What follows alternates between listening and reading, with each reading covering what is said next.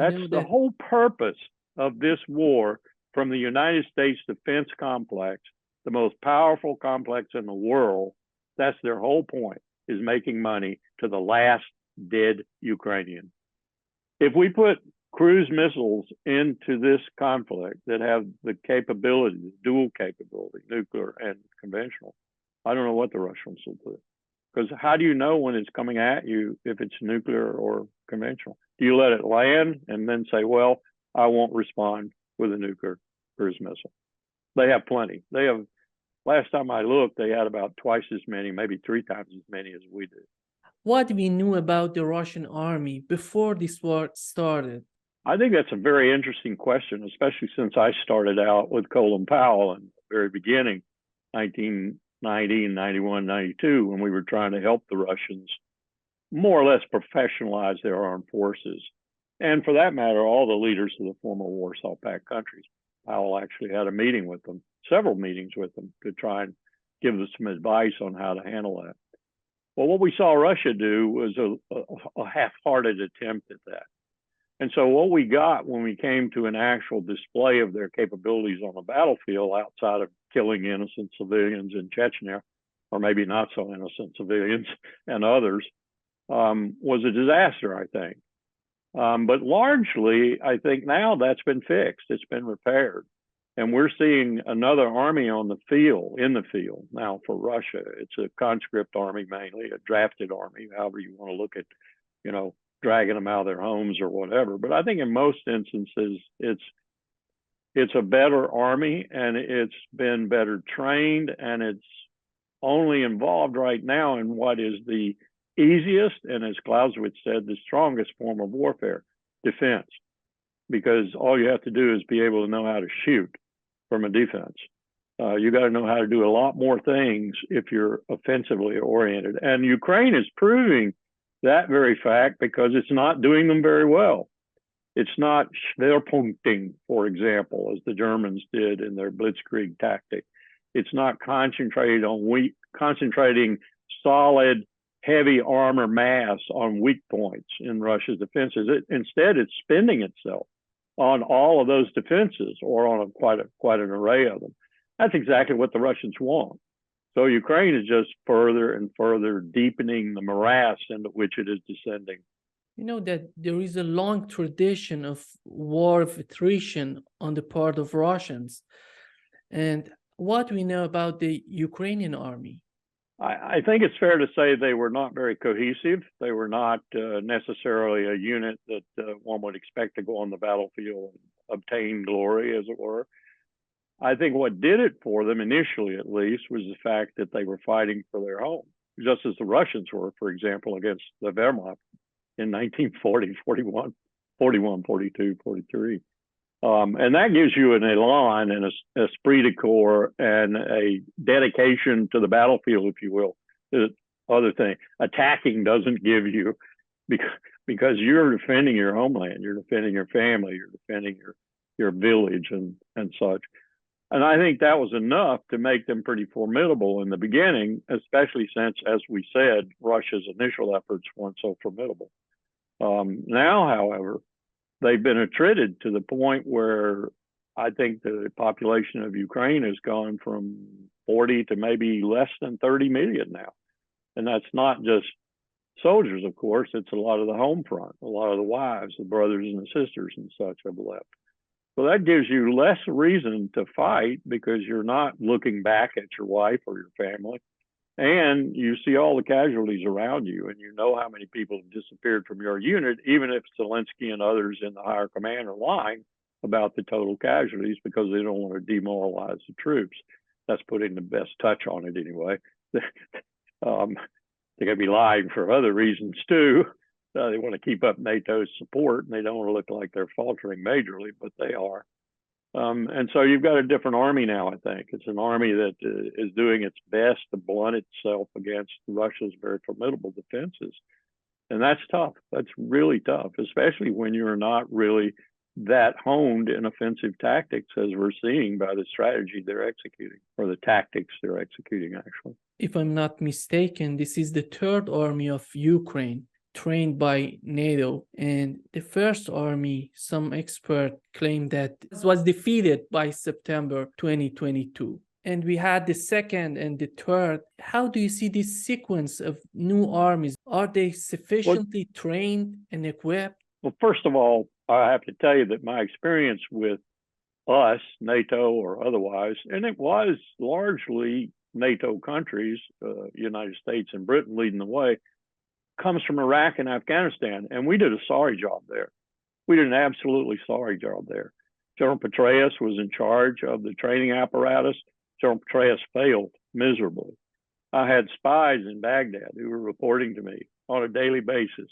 When Petraeus would report over the secure video teleconference to Secretary Rumsfeld and ultimately the president after he fired Rumsfeld, that the Iraqi army was coming along. It would be able to defend its borders. It would be able to do whatever the Iraqi government in Baghdad wanted it to do. My spies were telling me that the AWOL rate, that is to say, I don't show up in the morning rate, for Iraqi battalions was higher than 25, 30%, that they were anything but well trained. So I knew Petraeus was lying.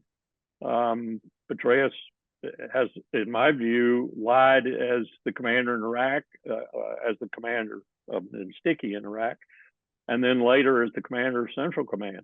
God knows what he told the president from the CIA, but he's not a person to be relied upon. And frankly, the Army's military leaders, its flag officers, when they talk about how well they do in training another service or another army, another military in general, and I suspect there's some of this in the other NATO countries too, are not all that reliable.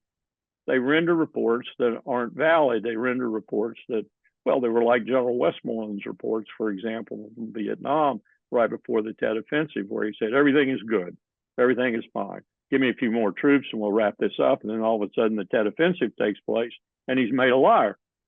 I'm sad to say this because this is where I spent 31 years of my life, but the flag officers in the United States military, particularly its Army, aren't accustomed to telling the truth about the battlefield. Even if it's not their battlefield, it's their battlefield by extension, the training or whatever, training and equipping usually. So I don't pay much attention to that. And it's sad that Iraqis and Afghans and now Ukrainians apparently have to suffer from that.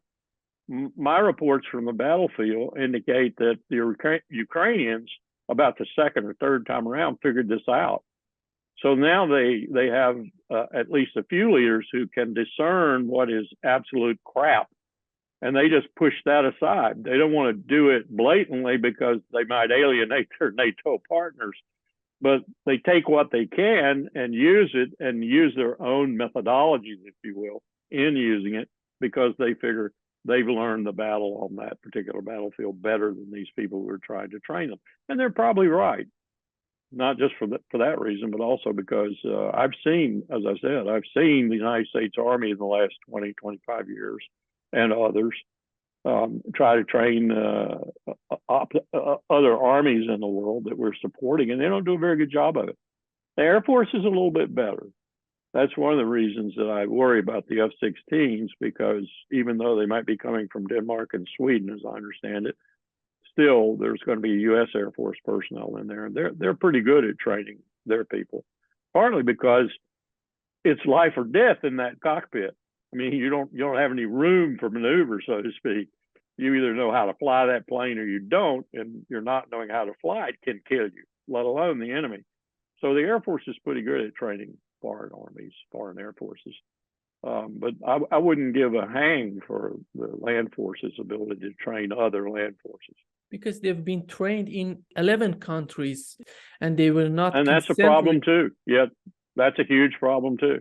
Because despite the interoperability, we preach about NATO, how everything's interoperable and everyone has the same tactics, the same techniques, the same procedures and so forth. That's hogwash. The Germans are different, the French are different, the Swedes are different. Look at the Finns and the Swedes, they're fresh caught. I mean, I suspect we don't even know how they fight on the battlefield. There's a little bit of knowledge because we've worked with them in the past, but it's a hodgepodge. All alliances are. Anyone who argues differently in the name of interoperability, in the name of common spirit, collaboration, and cooperation, is just smoking something of very low grade. Because when you put alliances together, it's like Churchill, Napoleon, and a whole of others that, the only thing worse than having allies is not having allies. There's a lot of truth in that. But the worst you need to emphasize sometimes, because anytime you put a coalition together, an alliance together, in fact, if it's been together for a long time, it might even be worse, because the bad habits just proliferate and grow, and the antagonisms proliferate and grow. And so it's very hard. I would not bet on any NATO force that went out truly as a NATO force getting anything but its rear end handed to it if it went up against a single nation force, like Russia, for example. Now, that doesn't count the vast advantage that NATO has, particularly in precision-guided munitions. That would offset some of that. But I'd always, I've had allies, 31 years in the Army, I had allies. I would always wish to take the battlefield without them rather than with them. And that's just a straightforward statement about the difficulty of dealing with allies on the battlefield. The other thing is the quality of these trainings. Most of these people that are training Ukrainians have not any experience in war. They didn't see a real war. Well, that's very true. And I think one of the things we don't think about that creates is a sort of, on the part of the Ukrainian who's been in the trenches, so to speak, who's been in a battle, who's been shot at multiple times, who's had drones attack him, who's had missiles attack him, artillery attack him, and so forth, or her, is to say, who are you to tell me what to do? And the only reason they tolerate it is because they understand they have to in order to get the assistance. And the assistance they're looking for is not necessarily the training. What they're looking for is the equipment and the ammunition for that equipment. That's what they're looking for. So they can't alienate the countries that are there, but they probably don't pay a whole lot of attention to them. I mean, I've been on the battlefield with allies before, and I've been on the battlefield with people that we were supposed to be helping.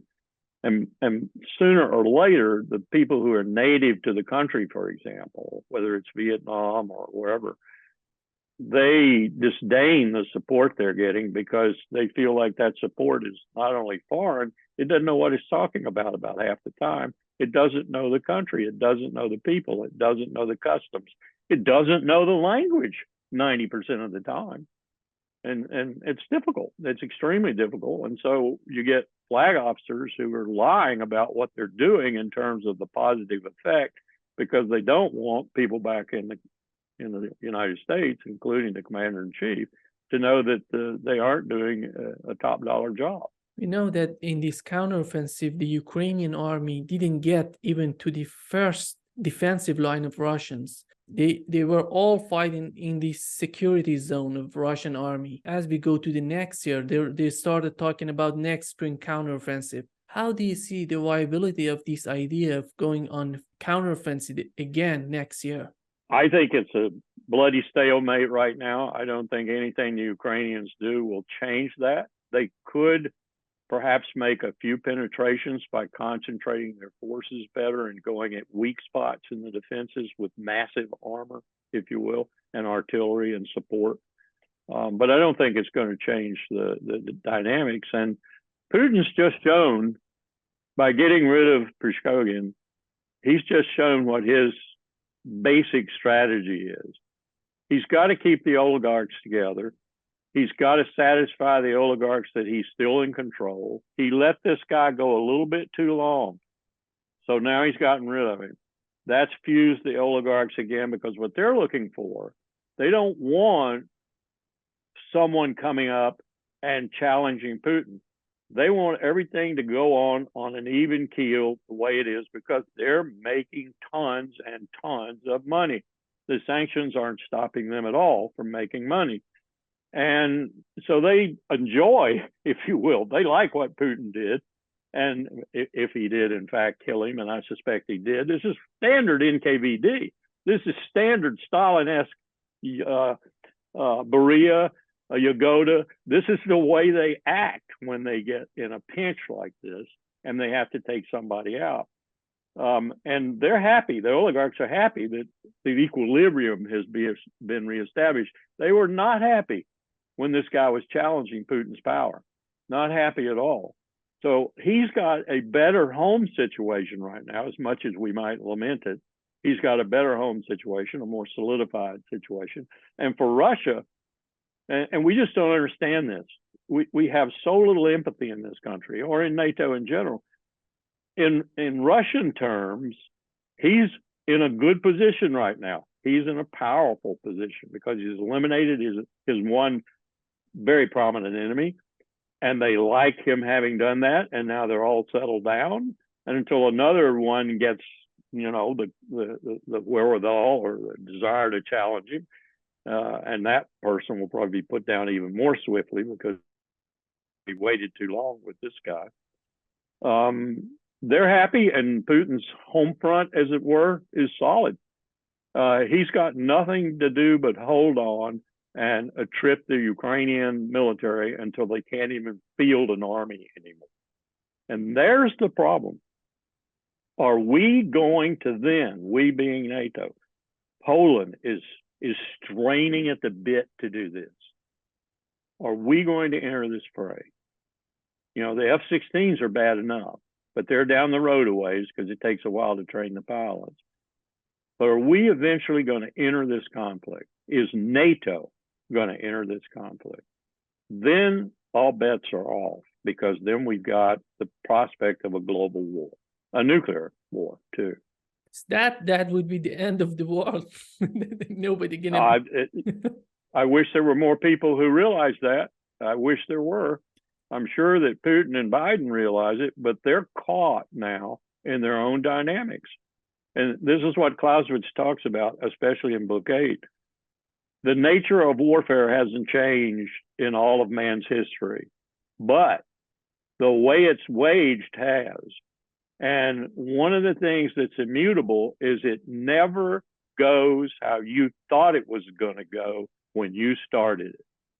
And that's what we're talking about now. We're talking about the dynamics of this battlefield and the people who are opposed on this battlefield suddenly sweeping everything away and presenting us with a conflict that is much bigger, much more profound, with nuclear weapons on both sides than anyone who started it or began the defense against it anticipated. With these satellites, all these technologies, no one gonna get out of a nuclear war victorious. Everyone gonna do.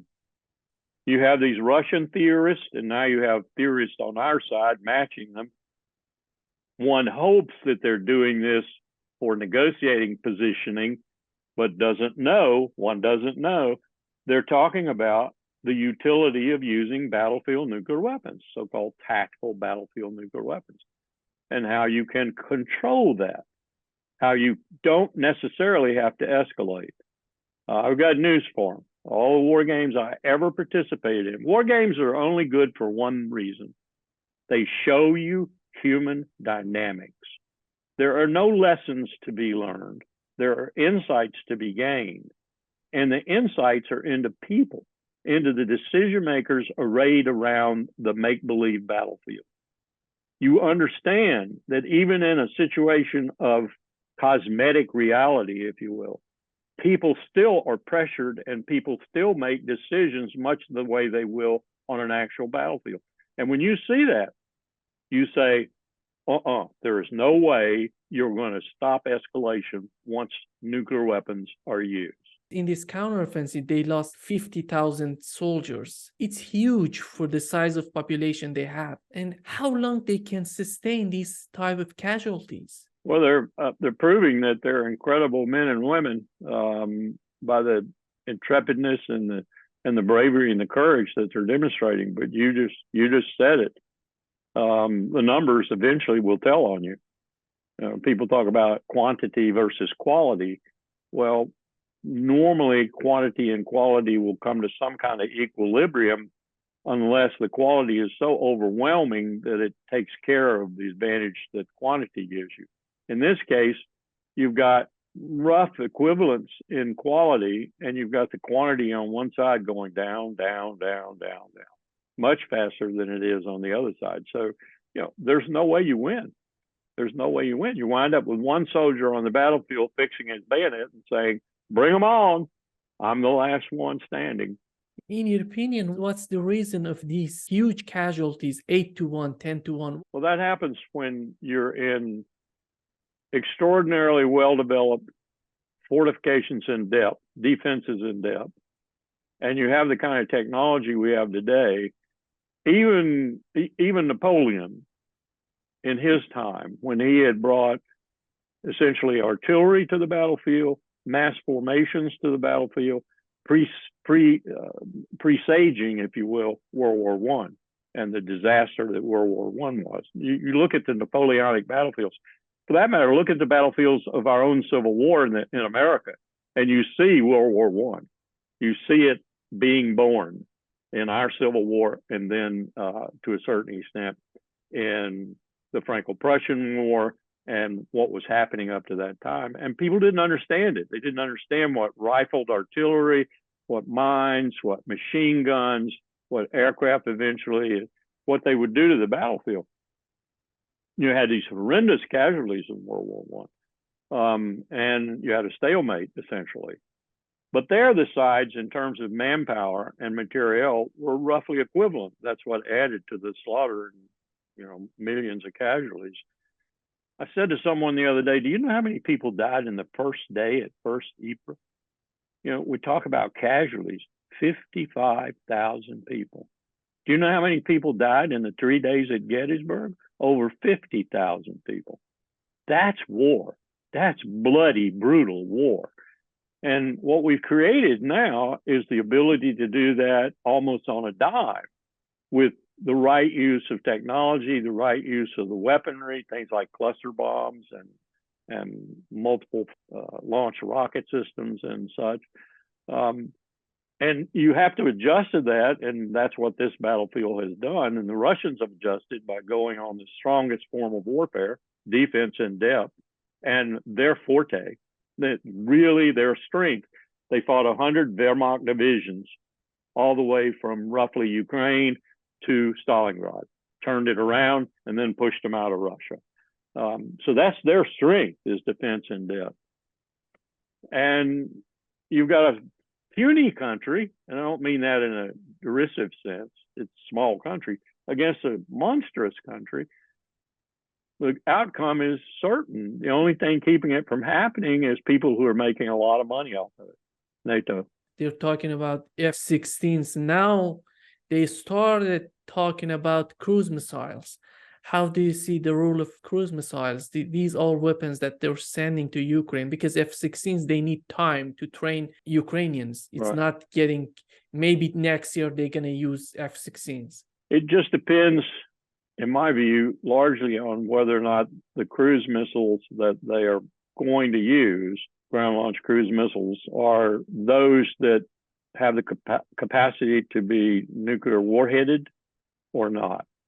And if they are, for example, Tomahawk Ds, like we had in the Pacific Command when I was working there, because the only way we could influence the Russians who were at war on the Western Front, so to speak, that was our war plan, was if we used nuclear weapons on Kamchatka, their big nuclear complex or military complex out in the Sea of Okhotsk and right around the coast of Russia. That was the old plan for defense of Japan in conjunction with the United States. And the only way we asked the president, we asked President Reagan for Tomahawks with nuclear warheads, because that's the only way we could get the Russians' attention on the Eastern Front, was with nuclear weapons. If we put cruise missiles into this conflict that have the capability, the dual capability, nuclear and conventional, I don't know what the Russians will do. Because how do you know when it's coming at you if it's nuclear or conventional? Do you let it land and then say, well, I won't respond with a nuclear cruise missile? They have plenty. They have, last time I looked, they had about twice as many, maybe 3 times as many as we do. We under the INF Treaty, we pretty much eliminated most of ours. But we have some dual capable missiles that could be converted pretty That's one thing that worried Putin. You put these ballistic missile defenses on the borders of the CSTO, his equivalent to NATO. And in a heartbeat, 24, 36 hours, you can turn those into ground launched cruise missile launchers and put a nuclear warhead on there. So that was some of his deepest concern, that we were going to do that in countries like Estonia, maybe Latvia, Ukraine, Georgia. This is getting into the business I spoke of before. You're getting into the area of provocation that you don't want to get into. What do they need to cover them when these F-16s are flying over Russians? That's a good question. The F-16 is a remarkable aircraft. It's been around since the early 70s. And it's been modified and improved many times. Some versions actually have nuclear weapon hardpoints on them. I hope those aren't the versions they're going to let the Ukrainians fly, because there again, you've got that additional threat if it's one of those F-16.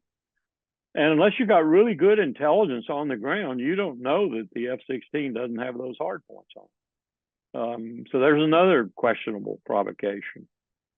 But your question is, how do you protect the F-16s if the F-16s are limited and are used mostly in a close air support mode? That is to say, they're supporting the attack on the ground and not in an air-to-air mode.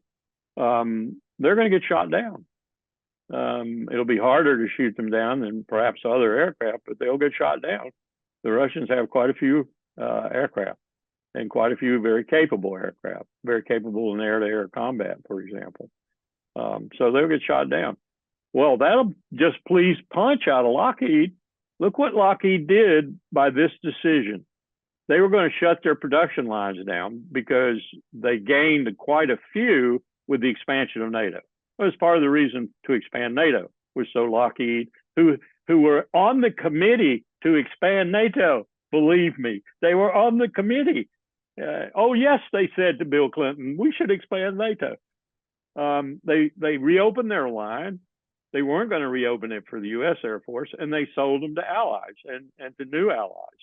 Now they're going to be selling replacement F-16s. They'll probably start their production line up again, and they'll make more money. That's the whole purpose of this war from the United States defense complex, the most powerful complex in the world. That's their whole point, is making money to the last dead Ukrainian. General Petraeus and people like Ben Hodges, they're suggesting Ukrainian attacking Crimean Bridge. Is that influential for this war? Is it going to work out for Ukrainians? I'd like to see David Petraeus' financial disclosure form and see how many shares of Lockheed Martin, Raytheon, Grumman, and other defense contractors that he owns, because that's the only reason I could see him doing that. That's the only rational reason for making those kind of recommendations. What does that do? They just come out and rebuild the bridge. I mean, it's nonsense. You could bomb that bridge until hell comes home, and they just come right out and rebuild it. It's kind of like what we did in Vietnam. We would bomb the Ho Chi Minh Trail, and at night they would rebuild it. We would bomb the Ho Chi Minh Trail, and at night they would rebuild it. We would bomb it.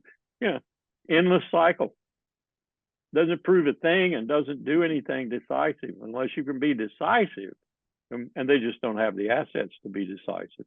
Not in this vast theater. Last week, Jake Sullivan said that this war in Ukraine was totally unpredictable. And it's still unpredictable. We don't know if Ukraine is going to win or not. What's your take in his opinion? We had a discussion in Secretary of State Colin Powell's office about what it meant for President Bush to have gone into Tbilisi and to stand beside then President Saakashvili and say in public, Georgia will be a member of NATO. And then the Russians invaded. They could have gone all the way to Tbilisi. They decided they could have easily. We figured that out immediately, and we were very worried. They didn't. They just kind of invested those two northwest oblast or sections up there. The conversation that occurred after that was, okay, Wonder what happens if we make Ukraine a member of NATO. They will attack. This is 2003 or 4. Everybody in the military who had a brain knew. Bill Burns, ambassador in Moscow, sends a message back to the Russians. Niet means niet. It means no. Do not expand NATO any further. No, okay, so what do? We start talking about Ukraine being a member. Now, look at what we're doing now. The NATO guys, the NATO membership, the NATO leaders all got together and they could not denounce that fact. They just had to put it off a little bit. They knew if they said it outright that Ukraine will be a member of NATO, we promise you, that would be just too provocative. So they just kind of fudged it a little bit. They fudged it. Well, here we were in 2003 and 4 saying after Georgia, guess what?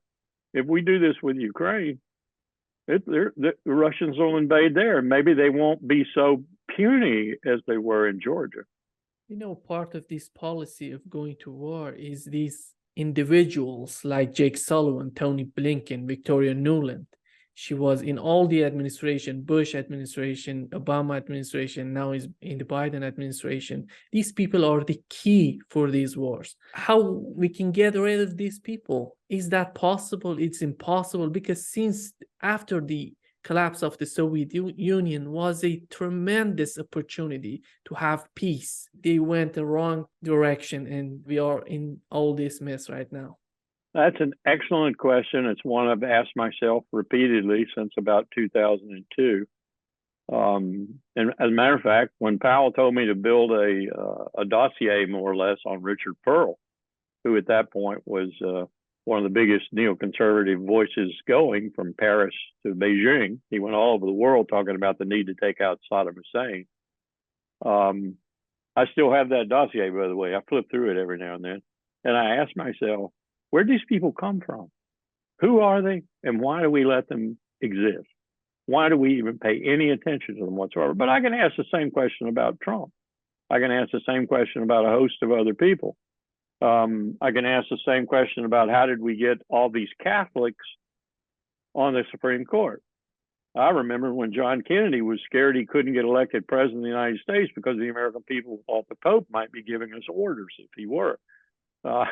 And all of a sudden now we have a Catholic Supreme Court and an Opus Dei Catholic Supreme Court, in my view. How do we let these things happen? We let them happen because we go to sleep at the switch. The American people have been asleep at the switch for about 30 years. They don't do anything meaningful in terms of taking care of the republic. I don't think they want to. I think they are happy letting whomever, they cast a vote every 4 years or whatever, take care of it. That's not the way a democracy works. A true democracy has to have people in it that want to participate and want to do things. And if that were the case, then we'd have gotten rid of these people. We would have gotten rid of them. We would have rooted them out of the government and rooted them out of power positions all across the country, rooted them out of think tanks. We have some really strange people in this country now. We've always had them. We have the John Birch Society. We had Elmer Gantry. I mean, we've had weird people in this country throughout our history, but they've never dominated national security decision-making like these people do. You can't seem to get rid of them. Like Nuland. She can say, fuck the Europeans, pardon my French, all day long. And nobody says anything about it, except maybe one or two pundits. That's Victoria Nuland. That's the way she feels. That's the way neoconservatives operate. There is disdain for the rest of the world, particularly the rest of the world that they want to defeat with bombs, bullets, and bayonets. Disdain, utter disdain for them. How did that become an American trait that is dominant? I mean, people want to sleep at the switch. We've let these people take over in so many places and so many positions of power. And then they're backed by those who want to make money off what they decide, which is, CEOs of Lockheed Martin, Raytheon, other defense associated contractors, and other people like the CEO of ExxonMobil, the CEO of most of the oil fossil fuel companies, who see this kind of turmoil is conducive to the continuation of their fossil fuel industry.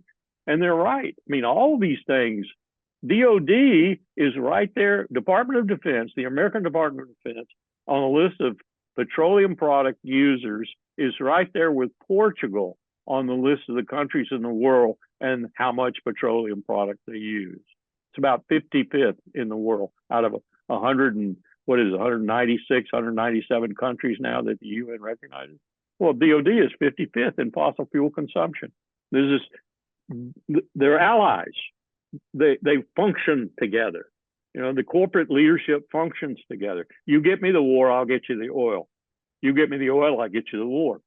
We know during this war, Telegraph was totally pro-war in Ukraine. Just send more weapons to Ukraine. Let Ukrainian win this war.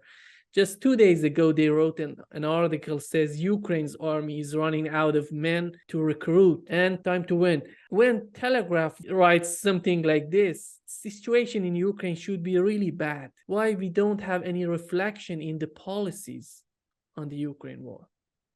I think Zelensky is trapped now. I think the people around him are trapped. They can't back off because they will be unseated immediately, probably. Worst case, they'll be prosecuted. They'll have to flee. That is a standard procedure for Ukrainian leadership for the last few years, fleeing to Moscow or fleeing to Berlin or fleeing to Washington or whatever. But they're trapped. You know, the old adage about being hoisted by your own bomb. They're trapped by the bombs they laid underneath their own soil. The only way you're going to get a change in policy in Kyiv is a change in leadership. And that might be tumultuous, deadly, bloody, and will be probably prohibited, at least for as long as it can be, by Washington and other capitals, unless they're part and parcel of it. And I wouldn't put it past some of the NATO leadership to finally decide Zelensky has to go, and then to stand aside as their clandestine services help other clandestine services get rid of him. And he's got to worry about that too. I mean, and the more this goes on, the more it drags on, the bloodier it gets, the more he loses, the more he's got to worry about someone taking him down. We know how people feel in the US, in Brazil, in Germany, how people are feeling about this war in Ukraine. And new polls in the US shows that more than 55%, CNN just reported more than 55% of Americans are against this war in Ukraine. And we know the poll in Germany shows the same results. What we don't know is how's the public opinion of Ukrainians who are suffering from this war. Nobody knows how they feel, how they think about this war. No, I agree with you, and that's one of the more nefarious byproducts of war, especially when you are on the losing side. That is that the leadership of that side has to lie. It has to propagandize. It has to use every instrument of its power to convince its people that the opposite is true. But the people aren't totally blind. They aren't stupid. And in Ukraine, it's a small country, really, compared. And there are so many people who've had loved ones lost or no loved ones who have been lost that I suspect it's becoming very apparent to the people in Ukraine that this is a losing proposition. And then the question becomes, as I said before, how long before they themselves take action against the government in Kyiv? How do you see the role of Poles in this war? Do you think that they're gonna get out of hand of NATO? They're gonna do something so ridiculous? I think they are the unknown in this. They have such a history and such a tendency to effect a leadership that covets this or covets that, wants right the wrongs of history. They remind me to a certain extent, not quite as badly as what one colonel told me about talking to a Serb immediately after the Dayton Accords. And the Serbs had been, Mladic had been kind of pushed back. Milosevic was being a little quiet and things were looking a little bit better. And this friend of mine encounters a Serb colonel, his equivalent rank, at a cemetery outside Belgrade. And the Serb, who speaks fluent English, is lecturing him on a particular obelisk in the cemetery, which is to some dude who died in 1187 or something like that. And my friend said, this guy was serious. He was talking to me about righting the wrongs that were done to this guy in 1187. He was wanting to go to the battlefield and kill people for something that happened in 1187. And he was deadly serious about it. That's kind of the way I look at the polls, or some of the polls. Just comparing this war in Ukraine to what's going on in Taiwan, because in Ukraine, we have a land connected to Poland, to other countries. When it comes to Taiwan, is an island and can be encircled so easily by China. Do you think any viability of Taiwan going against China, or even think of war against China? I don't think the Taiwanese, even that portion of their political structure that sometimes, for example, Chen Shui-bian's group in the early 2000s, who wanted an independence referendum, which was a red line for Beijing. Thank God President Bush, George W. Bush, kept him from doing it. Even those people, I think, now have been sobered. I don't think they want a war with China. And they would prefer that we not exploit the situation to the point where we force Beijing to do something. Because I think they have become increasingly doubtful of just how much we will provide should China actually try to use force to reunify the country.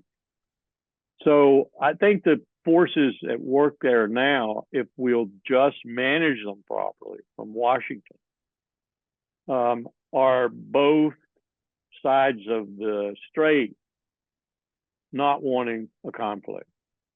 And that's the important starting point, is that China doesn't want to use force, and Taiwan doesn't want China to use force and doesn't want to antagonize them any further. The question is, will we be able to talk to Xi Jinping and convince him that his better prospects lie on the side of eventual reunification in a peaceful way rather than forced reunification? He would have liked to have done to Taiwan what he did to Hong Kong, but it's a completely different situation. And he knows that, and we know that too. But we're not ready, I don't think, to actually expend American blood to defend Taiwan. Should we do that, we'd lose. And if we lost, it would be in the first 30 to 45 days. And that means an American president who willingly goes to first use of nuclear weapons, because no American president can tolerate that defeat.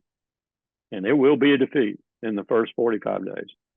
And it will be very visible as a defeat. There will be 10,000 casualties a day, and they will be on the front page of the New York Times. I don't want to see that situation develop. What are the miscalculations committed by the Biden administration, especially by Jake Sullivan and Victoria Nuland? These are decision makers in the Biden administration. In your opinion, what is the most important miscalculation committed by this administration to go to war in Ukraine? Overestimating the situation in the case of Taiwan, overestimating the situation with regard to the United States' ability to defend Taiwan. And with regard to Ukraine, overestimating the capability of NATO to be enough to at least achieve a stalemate that becomes a negotiated settlement that is as much in favor of Ukraine as Russia. They're not going to achieve that now. They're not going to achieve that. They've let that pass. Now they're in for a penny, in for a pound. And I just hope that doesn't mean eventual exchange of nuclear weapons. And it doesn't mean NATO entering the fray. Because the only way Ukraine is going to, I won't say win even, but in with the stalemate that's favorable and seen as favorable to Kyiv is if NATO enters the conflict. And that's the end of that's the end of the European future, I think, if not the world's. Because And we've gone. Look at how we got here. I mean, you talk about the neoconservatives. In 1991 and 2, we were talking about making Russia a member of NATO, a member of Europe, bringing them into Europe where they should be. They are on the map, at least from the Urals to the west. Think about this for a minute. Even if we achieved a negotiated settlement that was barely livable with by both sides, but nonetheless stopped the killing for an interim period, if not for a longer period, like in Cyprus or in Korea, even if we achieved all of that, look what we have done to Europe. 148 million or so Russians are now completely ostracized for the indefinite future from being in Europe. That's crazy. That's crazy, but that's what we're doing. That's the post-war world we're crafting. by this expansion of BRICS, we see that the power of dollar gonna diminish all along the way, because Yeah. they're trying to, China and Russia, they're trying so hard to find ways to not use US dollar in their trades. Russia, Yes. here, And this Brazil, India. This latest discovery in Iran probably is going to change the whole dynamic if they can muster the money, and China will probably give them the money to develop the lithium. They will force Australia to make some real tough decisions too, on whether or not Australia stays firmly in the Western camp or takes a more neutral tack, because Australia is going to really be hurt if China shifts from, I forget what the percentages are, but they're huge percentages of lithium coming from Australia to China, shifts to Iran, wholly to Iran. I don't think they'll shift wholly because China likes to keep its sources diversified, but they will probably shift majorly to Iran just to stick it in our eyes, like you were talking about. And that's just going to expedite and speed up this ability to change the world regime in terms of finances. So there are a lot of changes percolating and coming down the road. I was listening to President Lula the other day. I think he senses some of these changes, and he wants Brazil to be on the right side of these changes, and I don't blame him. It seems to me this BRICS summit was something so amazing when you see Iran and Saudi Arabia, that were enemies of each other, joining, just talking. 2 months ago, they start talking to putting their differences aside, and they started just to normalizing their relations, not to be friends. Now they're part of BRICS. How do you see the role of China and Russia in bringing them together? Well, that's what happens. A few years ago, I wrote an article, and the article was how to make the world hate us and what that'll mean. And basically, I talked about the wars. I talked about torture. I talked about trying to reestablish hegemony over Europe and all the things that have been more or less out front, that we don't even disguise them anymore. Imperial writ across the world. And that includes the banking system. It includes SWIFT. It includes all the things we do to sanction people. 32 countries, I understand right now. About 2 billion people are under our sanctions. In the article, I said, it is going to come back to haunt us. The world will get together. Its preeminent powers other than us will get together. Eventually, Europe will join them because it'll have no other choice. Germany in particular will join them. And they'll counter us. That's what happens to a hegemon that becomes so imperial in its outlook and in its actions the rest of the world gets together to balance them. And usually that balancing is a defeat, not just a balancing. If we're smart, we'll figure that out and we'll try to work to make it a balancing. That is to say, we'll have 2 poles in the world, or 3 poles, or 5 poles, whatever. But if we stay as stupid as we are right now, and I mean that, stupid, seeking after that which is unwise, they will not only balance us, they will defeat us. And in Africa, Egypt, and Ethiopia, what's the importance of this country for BRICS? I think there are a number of things that pertain there. One of the things that is really worrying me right now is how the Saudis are actually killing Ethiopians and others who are trying to get out of the war zone there and cross the Red Sea. They're actually shooting them in the water and shooting them on shore when they get on shore. Human Rights Watch had a report on it the other day. I think they feel like that situation is such that they need to do something about it besides shooting people. So the only way they can do that is develop those regions, and this is China's perspective, I think, develop those regions so that they become a little bit more able to sustain themselves. Well, the climate crisis is aggravating that terribly right now. One of the things I listened to on that webinar today that I think was very truthful was how the rivers are drying up, the groundwater is going away, the desalinization plants are coming up like apples out of the ground because that's the only way they can get any water. Now the desalinization process may be contaminating the ocean itself as they dump the brine back into the oceans. So this is not necessarily a solution for them. But if China is going to make its Base Road Initiative the kind of thing that the Central Party School originally dreamed of, that is not only profitable for China, but also raise up 2 to 3 billion people out of poverty and into some kind of mode of living that's sustainable, deal with the climate crisis. China has a climate crisis strategy too, attached to the BRI. Then all these countries have to get together and collaborate and cooperate and do it in a more or less a world of comedy. I call it the 3 C's: comedy, collaboration, and cooperation. To this point, the United States has signed up to this only in the ink it puts on the paper, whether it's a COP or whether it's at some other kind of meeting on the Arctic or the Antarctic or whatever. Basically, the United States is operating independently, and it is not doing all that it says it's going to do for the global South and for others. China is trying to do that, at least the way I see what they're doing. Yes, there's a lot of self-interest in it, but if the BRICS take that kind of attitude to development, rather than the kind of attitude that we've had for the past, I could say 100 years, that is to say, we're going to develop you all right so we can exploit you. And the South Americans, they know what we've been doing for the last 100 years.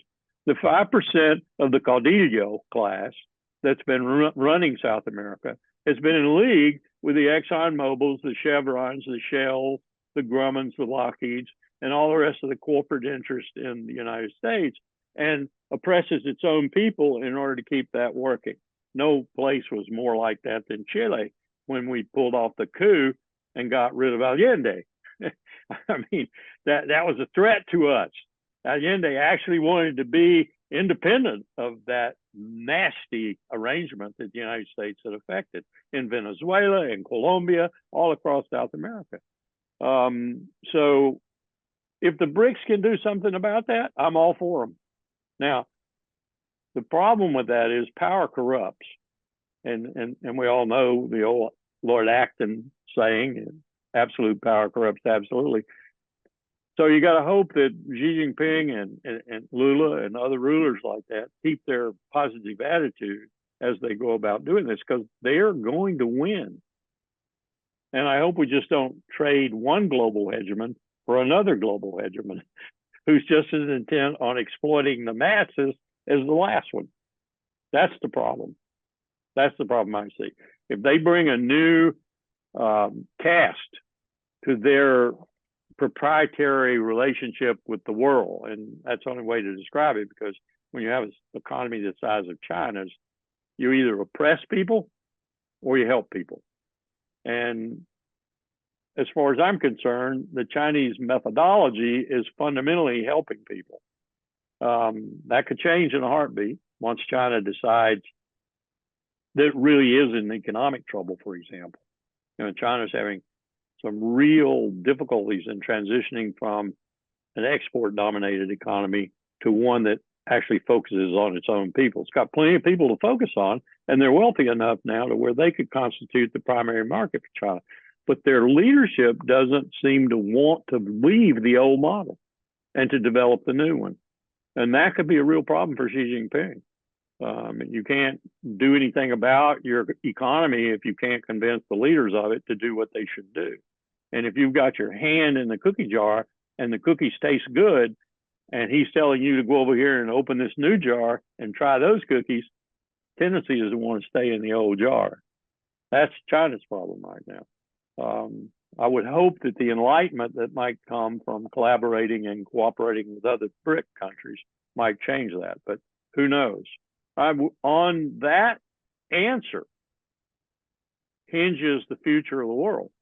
On the Republican side, and we have this new candidate, Vivek Ramaswamy. He's totally supporting Donald Trump. He's talking about getting out of Ukraine and going to war with China. It's so amazing how he's portraying this situation. Out of the frying pan into the fire. It's so amazing. How do you see him, his policy? Well, I frankly, I'm a Republican still. There are about 6 of us left who feel like we are the old party. I frankly I didn't have the guts to watch the whole debate. I just watched a portion of it. I couldn't stomach it. I couldn't stand it. The only people there who had any sense were Asa Hutchinson, whom I know pretty well from working with him on the Constitution Project. And by the way, Asa worked with us on the FISA courts and stopping this blanket approval of all the, looking at American citizens that the FISA court was doing. He worked with us on torture, very much adamantly against torture. So I could support Asa Hutchinson. Look what happened to him. I mean, he is an outcast amongst that group. Nikki Haley, I could have stomached her a little bit, except for what she did as ambassador to the United Nations. She was so bellicose, and I assume she would take that bellicosity into being president of the United States too. Don't need any more of that. Joe Biden is bellicose enough. Thank you very much. And on top of all of that, if you look at the polls and you say, well, Trump still owns the cult. That's what the Republican Party base is now. It's a cult. It's like the cult that Jim Jones ran, took some people down to South America, and they all committed suicide, or a bunch of them committed suicide. That's what the Republican Party's base is now. It's a cult. It's not a political party. It's a cult. And Trump owns it. And without that cult, you can't get elected.